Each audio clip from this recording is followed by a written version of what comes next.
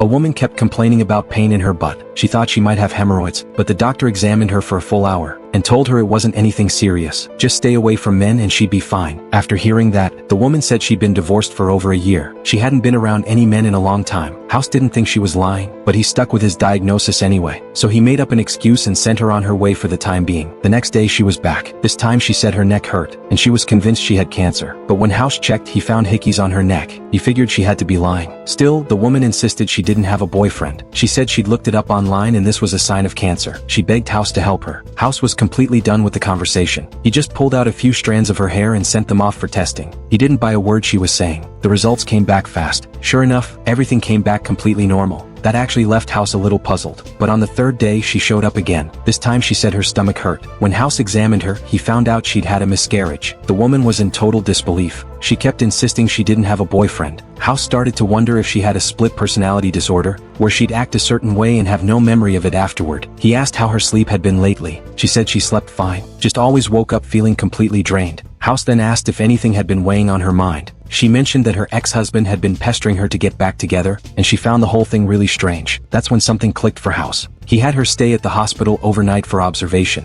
Using monitoring equipment, he tracked her sleep, and found that her brain waves were unusually active in the early morning hours. So she suffers from sleepwalking. That explained why she woke up exhausted every single morning. She'd been sleepwalking in the middle of the night to go find her ex-husband. But honestly, her sleepwalking wasn't even the strangest case that day. On the other side, a pregnant woman named Naomi suddenly fell asleep at the wheel. Hey!